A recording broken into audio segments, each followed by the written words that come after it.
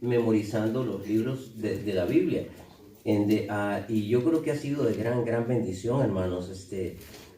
Yo creo que cada uno de los que están en el discipulado ahora, ya casi todos ellos, casi al 100% pueden decir todos los libros de la Biblia, aparte de muchos versículos bíblicos que han podido memorizar. Y yo creo que eso es muy bueno. Amén. Vayan al capítulo número 7, hermanos. Recuerdan que yo les dije que Daniel se puede dividir en dos secciones. La primera sección, del capítulo 1 al capítulo 6, vimos pruebas que vinieron sobre Daniel, un gran siervo de Dios. Pero a pesar de ser un gran siervo de Dios, fue probado en muchas cosas, en muchas maneras. ¿A cuántos de nosotros nos gustan pasar por pruebas en la vida? ¿Verdad que a ninguno de nosotros nos gusta? Pero las pruebas van a venir, amén. Y las pruebas no son solamente para algún cristiano en particular, pero para todos, amén. Y las pruebas nos ayudan a nosotros a crecer espiritualmente, amén. Todos necesitamos crecer espiritualmente. ¿Quiénes dicen amén a eso? Levanten su mano. ¿Cuántos creen que necesitamos crecer espiritualmente? Amén. Entonces, las pruebas nos ayudan a crecer espiritualmente, así como la palabra de Dios nos ayuda a crecer y a nuestro compromiso con Dios. Así que pruebas vienen para todos. Pruebas vinieron para Daniel. Pruebas vienen para ustedes, para mí, para cada uno de nosotros como cristianos. No es que Dios nos ha fallado, es que Dios quiere hacer que nosotros seamos mejor y podamos crecer espiritualmente. A veces tenemos que sufrir. Amén. Luego, del capítulo 7 al final, todo tiene que ver con profecías, aspectos proféticos.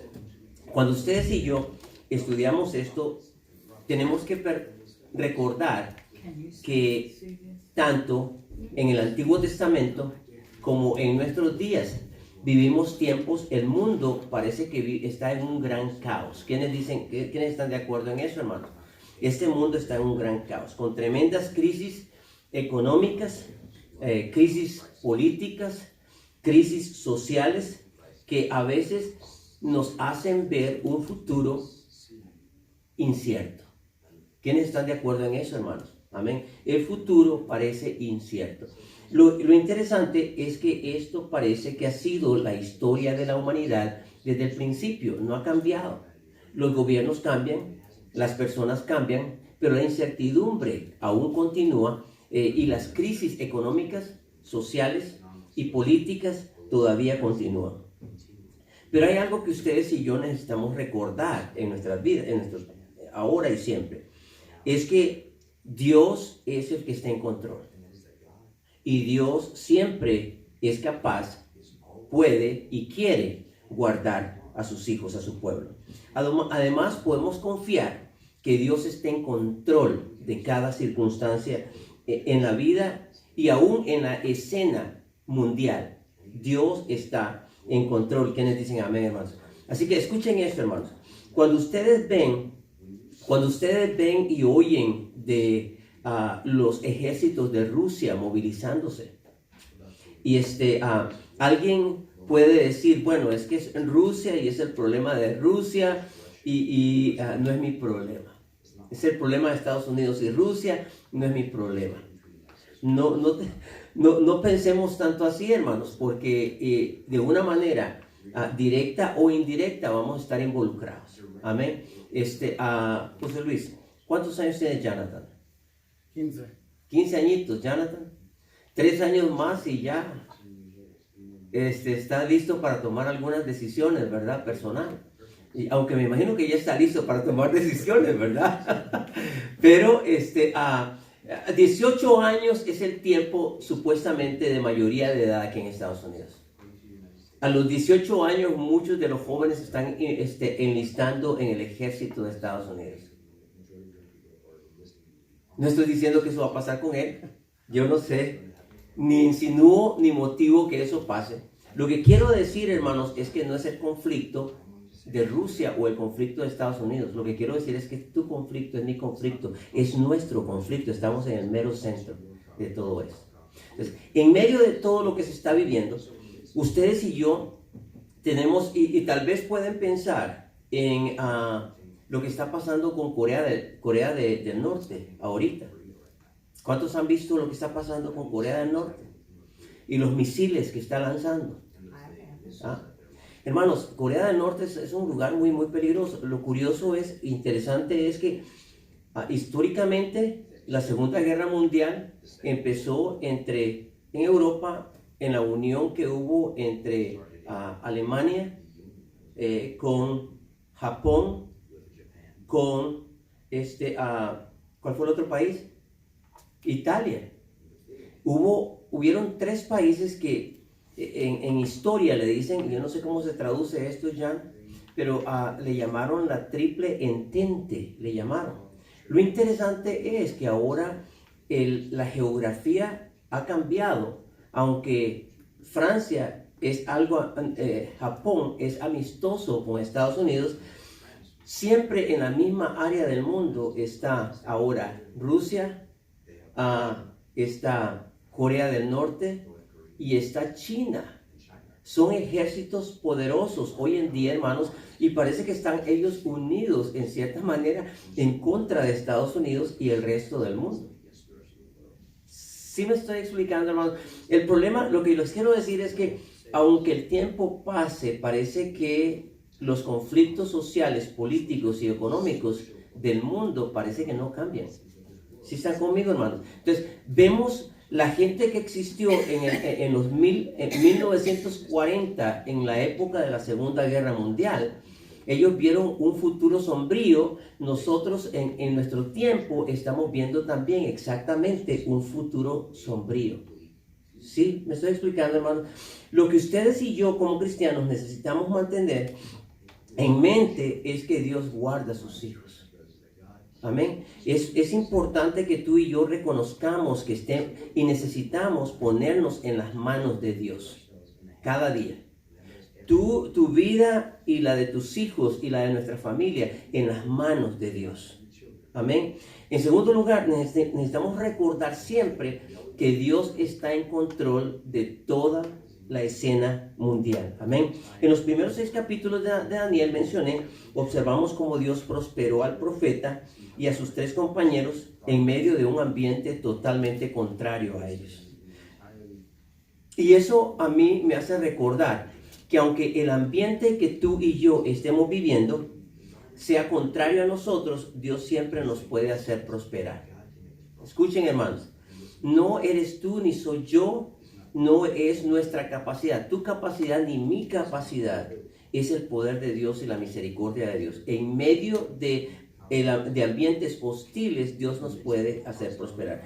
El Señor permitió que ellos pasaran, y no vamos a ir ahorita a eso, ya lo estudiamos, que ellos pasaran por diversas pruebas. Estaba el horno de fuego, estaba el foso de los leones, y todo eso lo tuvo que enfrentar Daniel. Y ustedes y yo vamos a tener que pasar por diferentes pruebas, recordando que siempre Dios es fiel a cada uno de nosotros.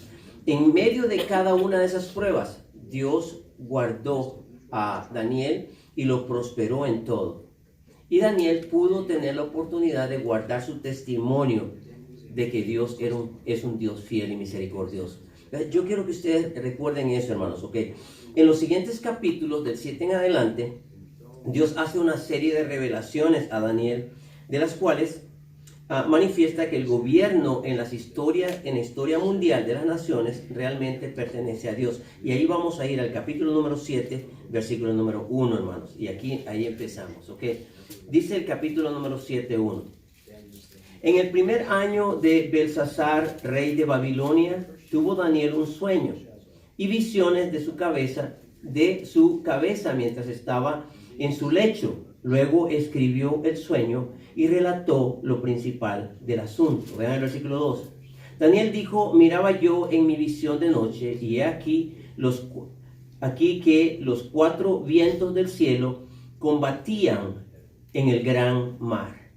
Y 4 bestias grandes, diferentes, la una de la otra, subían del mar.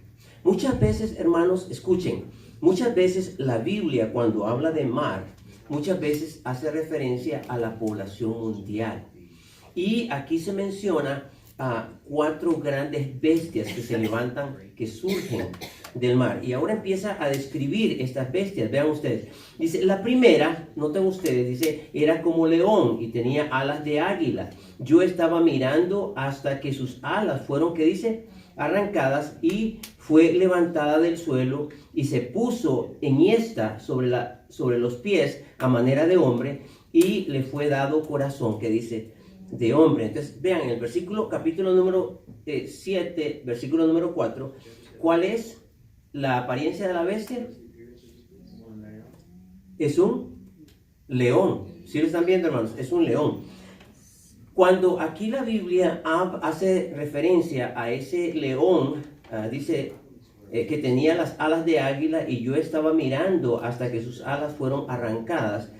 Eso está haciendo referencia a un reino que existió, y es el reino de Babilonia.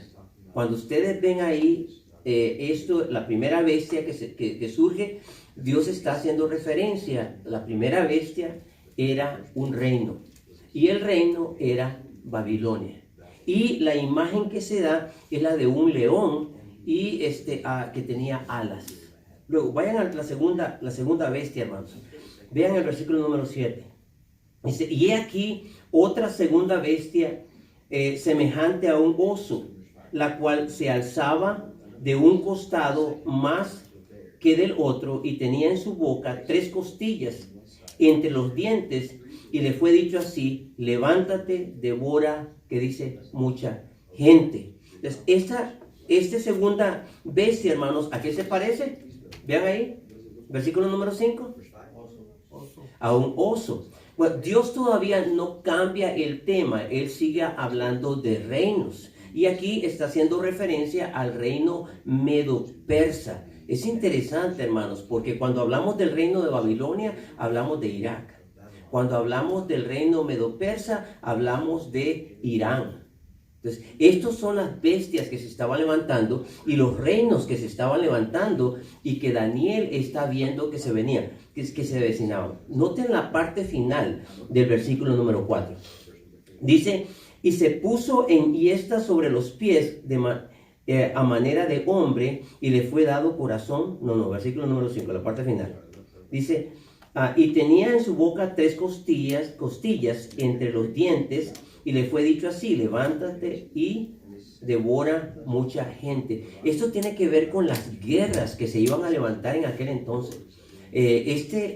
Gobierno, este imperio, fue uno de los imperios más grandes que surgieron en el tiempo del Antiguo Testamento, hermanos. Y esta gente era conocida por su crueldad, sumamente crueles.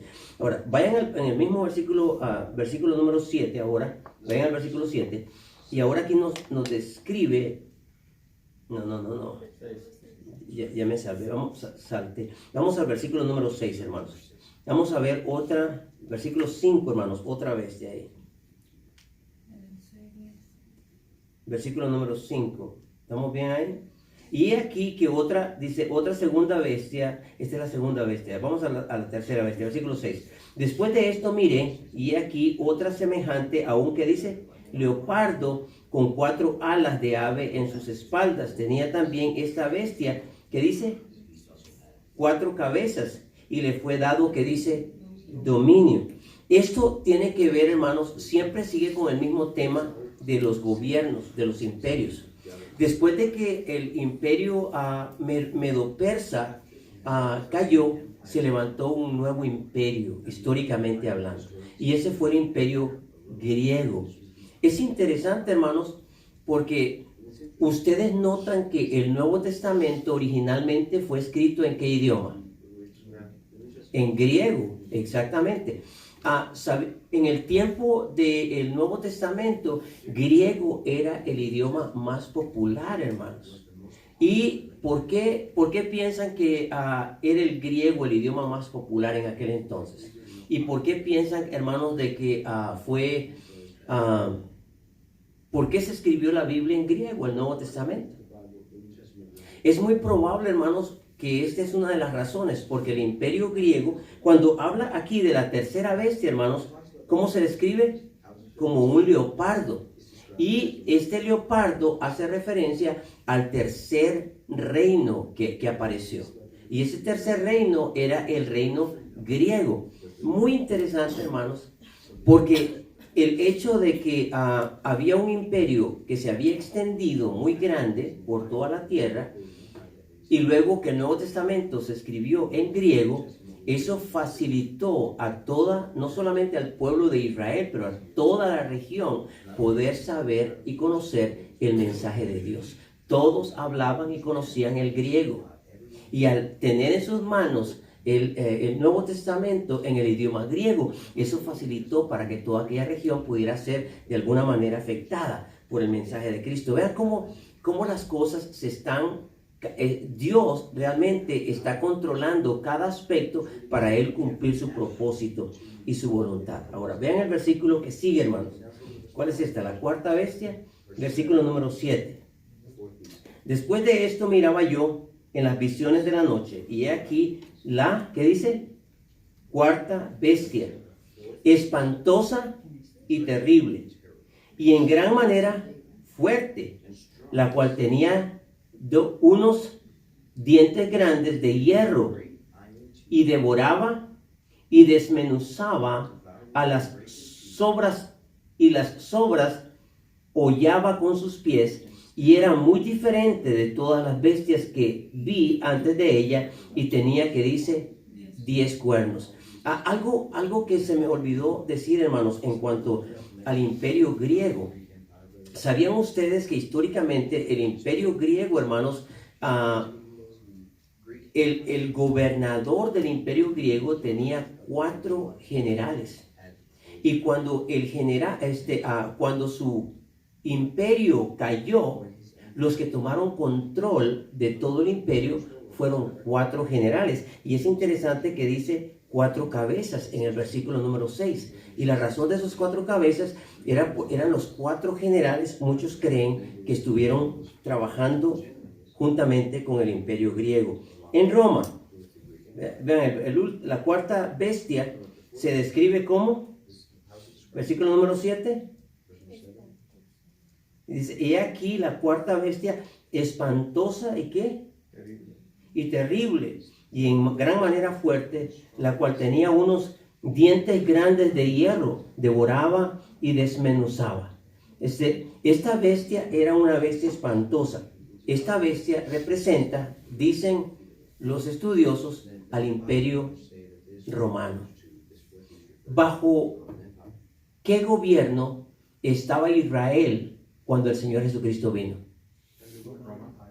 Bajo el imperio romano. Noten ustedes que Daniel, por la obra de Dios, él pudo ver no solamente el surgimiento de un imperio, pero luego pudo ver cuando cada uno de esos imperios iba a caer y cuál gobierno o qué imperio iba a asumir un nuevo control y un nuevo poder.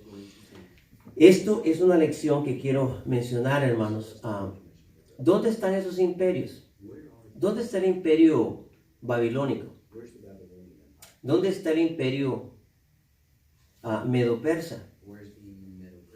Los países existen, pero yo estoy hablando dónde está su imperio, dónde está su poderío.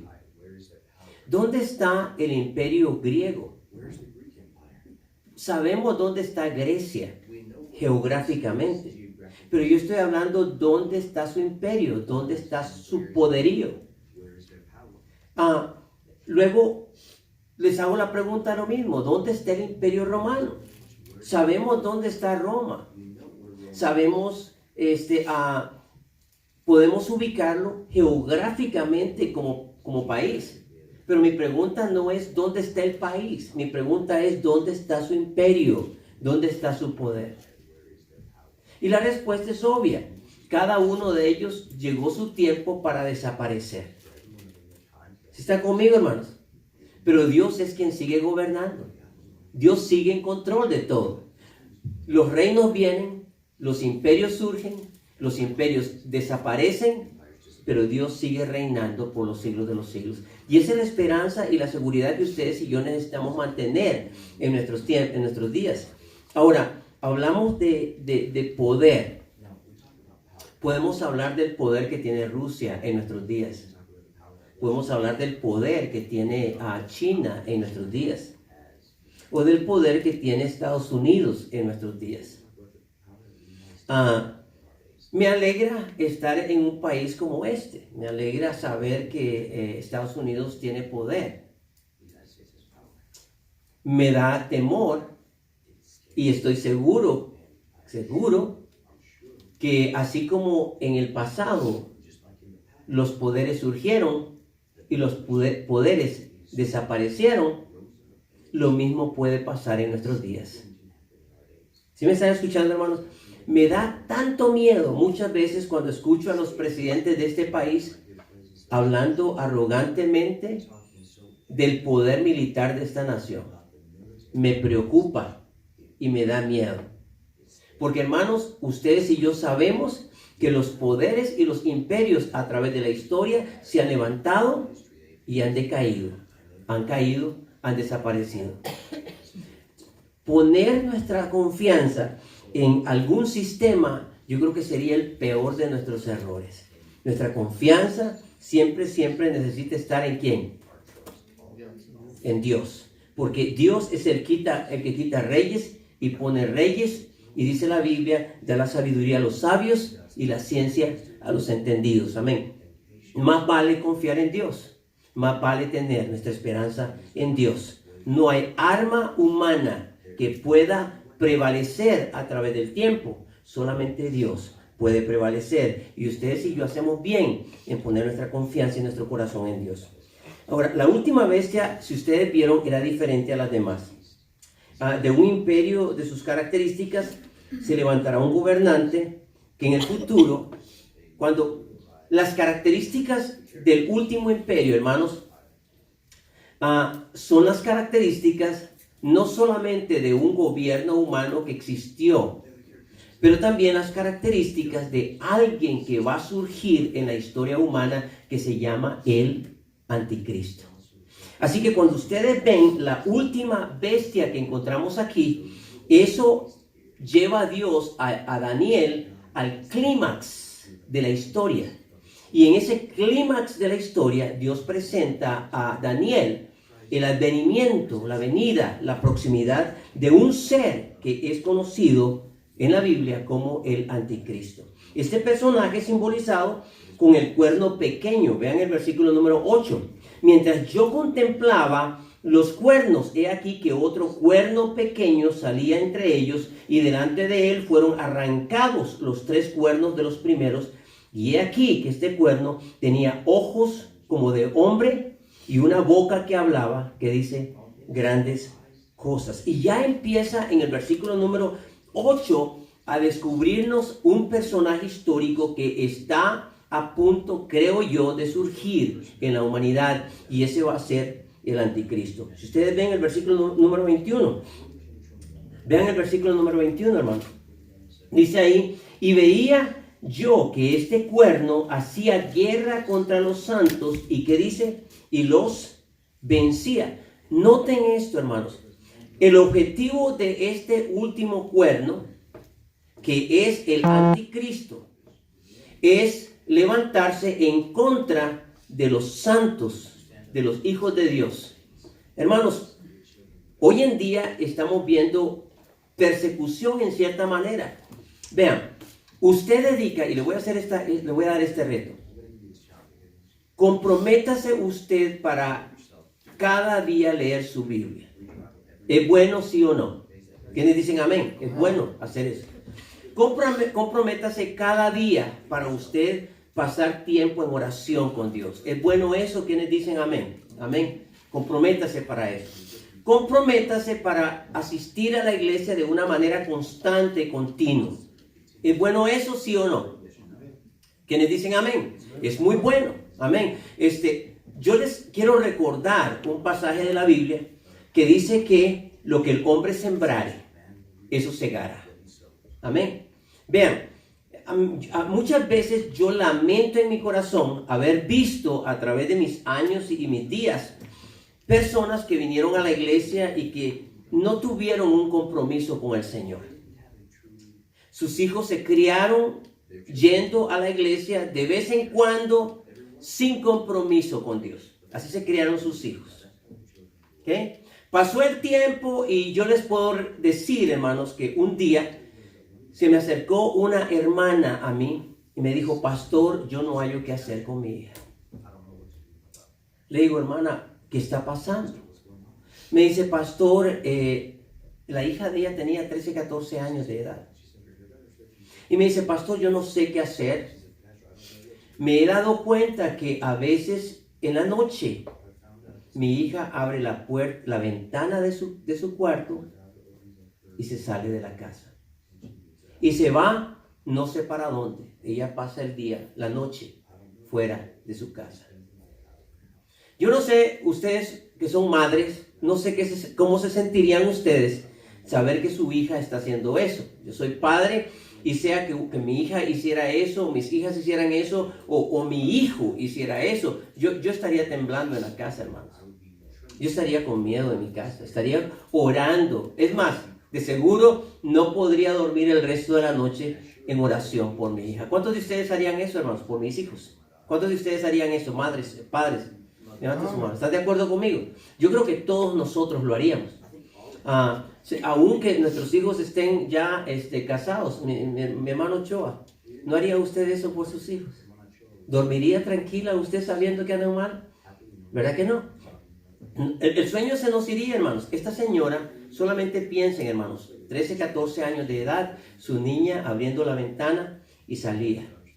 Un día, la hermana se me acerca y me dice, pastor, dele un consejo a mi hija.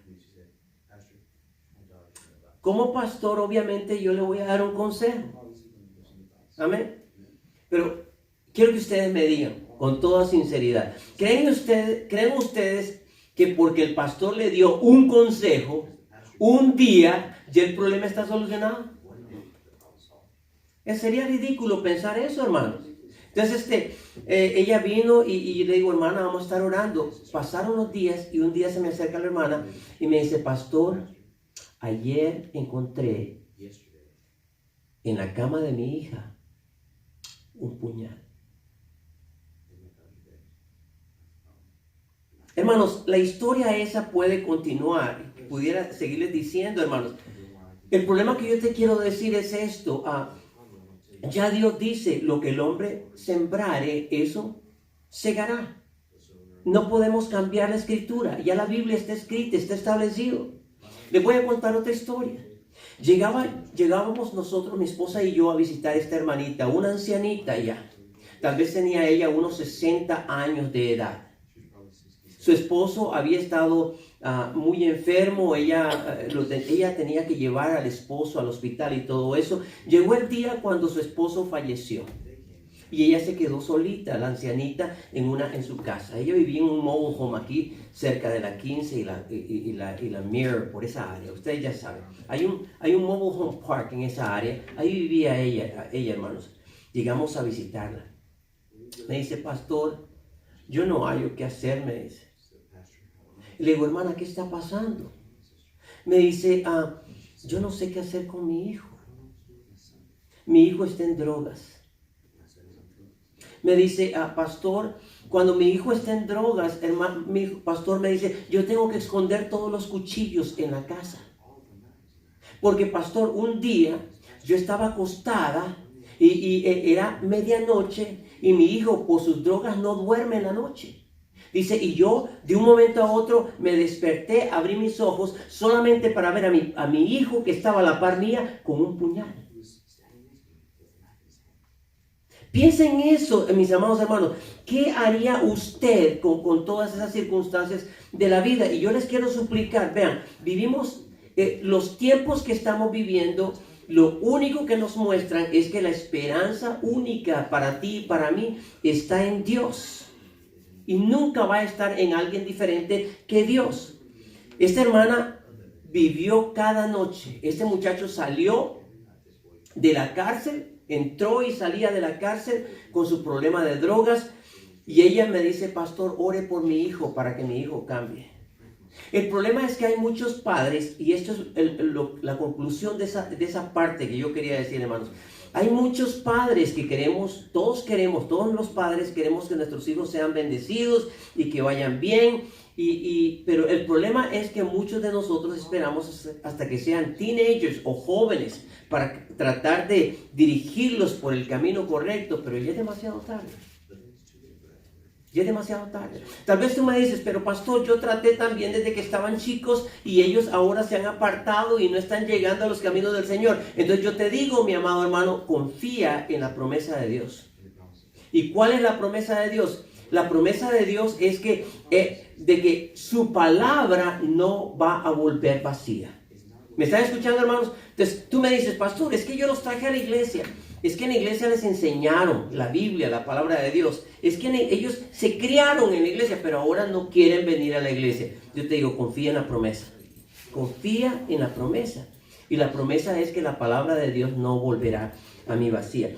Noten ustedes, y esto es lo que les estaba tratando de decir, hermano. Vean. Cuando ustedes y yo decidimos dedicarnos a Dios, oramos, leemos la Biblia, venimos a la iglesia, lo hacemos de una manera constante. Somos voluntarios para limpieza de la iglesia, para cortar la yarda, para ir a las casas a visitar.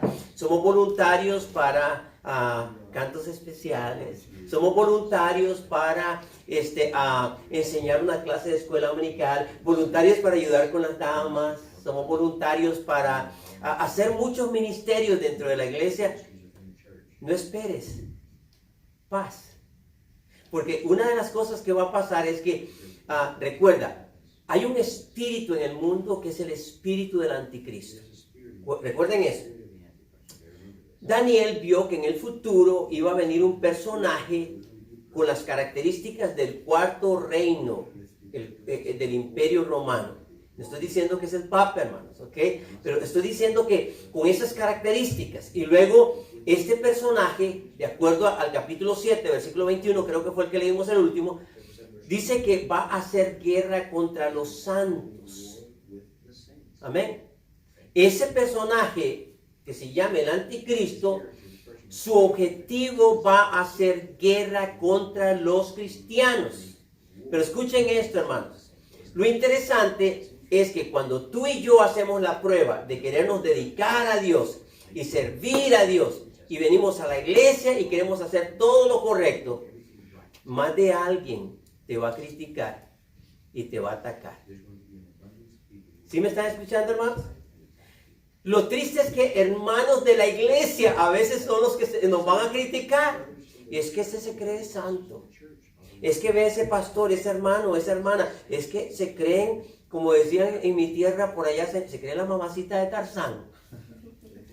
Sí está conmigo, hermano. Dicen, es que se cree un santito, un santulón. Parece que es que no quiebra un plato se cree lo mejor, se cree el mejor santito, el mejor pastor, el mejor líder, el mejor cristiano del planeta.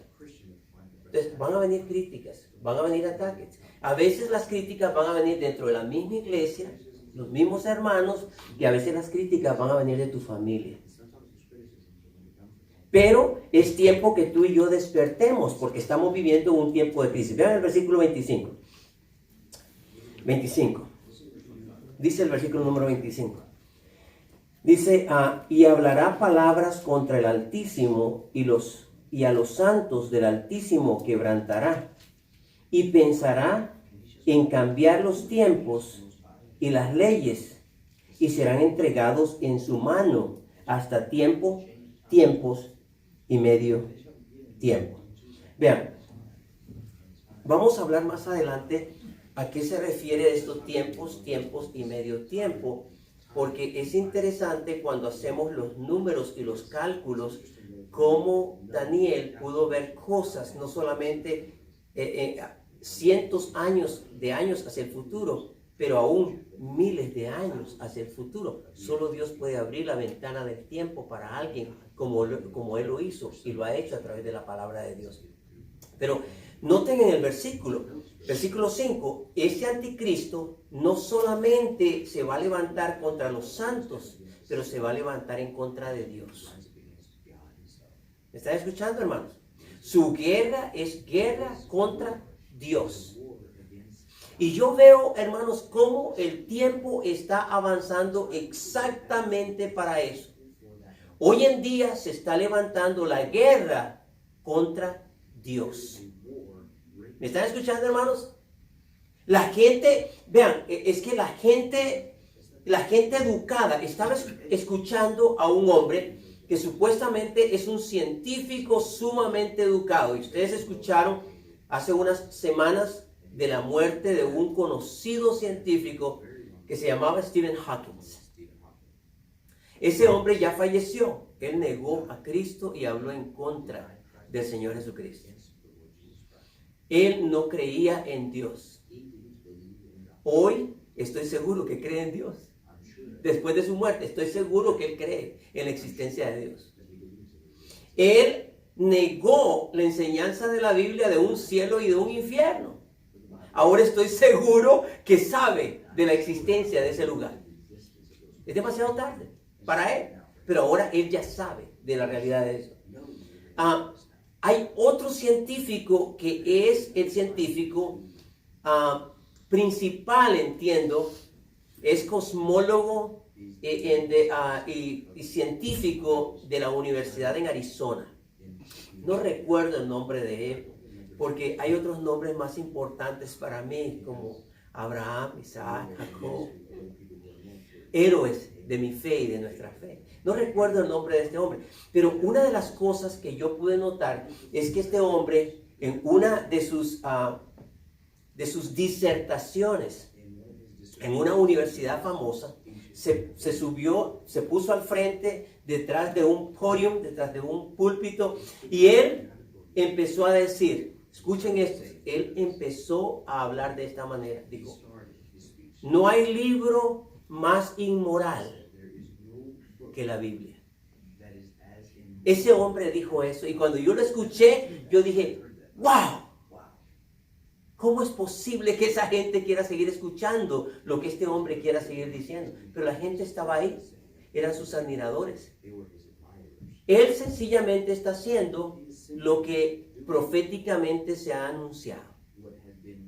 El anticristo se va a levantar en contra de Dios y en contra de todo lo que se llama Dios. Él está en guerra contra Dios. Está luchando contra Dios. Escuchen, hermanos. Pero, aunque el anticristo identifica a un personaje específico en la historia humana, hoy en día existe el espíritu del anticristo moviéndose en nuestro tiempo. Escúchenme, hermanos. Lo que quiero decir es que lo que está moviendo a este científico sin que él se dé cuenta es el mismo espíritu del anticristo que está en él. ¿Me entienden, hermanos? ¿Me entienden? Ya el espíritu del anticristo se está moviendo en nuestro tiempo. Concluyo con esto. Él va a hacer guerra contra los santos. Va a luchar contra Dios. ¿Estás tú luchando contra Dios? ¿Estás tú consagrado, dedicado a Dios? ¿O estás luchando dentro de ti mismo en cuanto a las cosas de Dios? ¿Te sientes con dudas de seguir a Cristo y de servirle a Cristo? ¿Te has llenado de amargura y de críticas contra pastores y siervos y contra iglesias? Escúchame, mis amados hermanos. A lo mejor tú eres también, a lo mejor tú o yo en algún momento hemos estado luchando contra Dios. Ese es el espíritu del anticristo. ¿Me estás escuchando, hermano? No permitamos que el espíritu del anticristo nos mueva en la dirección equivocada en esta vida. Cada vez que yo veo lo que está pasando en nuestros días, yo digo, el día está cerca. ¿Me estás escuchando, hermanos? Lo vimos en la internet y está en YouTube. Si usted quiere ir a buscarlo, usted puede ir a verlo. Ahí como este grupo de ISIS capturó un grupo de cristianos en el Medio Oriente, los ponen en fila con el mismo tipo de uniforme y porque ellos se negaron a negar a Cristo, les cortaron la cabeza por televisión y lo grabaron. Está pasando hoy en día. Como aquí en Texas, un individuo llega a una iglesia cristiana con un arma y empieza a matar a gente, hermanos. 9 personas de una misma familia murieron en aquel evento, en aquella iglesia, en aquella mañana. Dígame usted si el espíritu del anticristo no se está moviendo. Dígame usted si este mundo está en guerra contra el Dios que nosotros estamos levantando y predicando. No esperes que las cosas van a ser mejores, hermanos. La lucha se va a aumentar. Les dije que ahí con eso iba a terminar, pero quiero leer 2 versículos más, 26 y 27, vean ahí. Dice ahí, pero se sentará el juez y le quitará su dominio para que sea destruido y arruinado hasta el fin. Y que el reino y el dominio y la majestad de los reinos debajo de todo el cielo sea dado al pueblo santo del Altísimo, cuyo reino es reino eterno, y todos los dominios le servirán. ¿Y qué dice? Y obedecerán. Escuchen esto, mis amados hermanos. No voy a cansarme de decirles esto. Tú y yo hemos perdido batallas. ¿Quiénes dicen amén? Yo he perdido batallas miserablemente. Tú has perdido batallas. Como iglesia vamos a perder batallas, pero la guerra está ganada. La guerra está ganada. Es Cristo quien nos ha dado la victoria y la victoria está asegurada. Podemos perder batallas, sí, pero no la guerra. Vamos a orar. Padre bendito, gracias Señor te damos por el tiempo que nos has dado en tu palabra. Pedimos, oh Dios, que tú nos ayudes a seguir creciendo y avanzando en ti, en tu palabra y amándote como tú lo mereces. Perdona mis pecados, perdona nuestros pecados y ayúdanos a vivir para ti. Te amamos y pedimos tus bendiciones en Cristo nuestro Señor. Amén.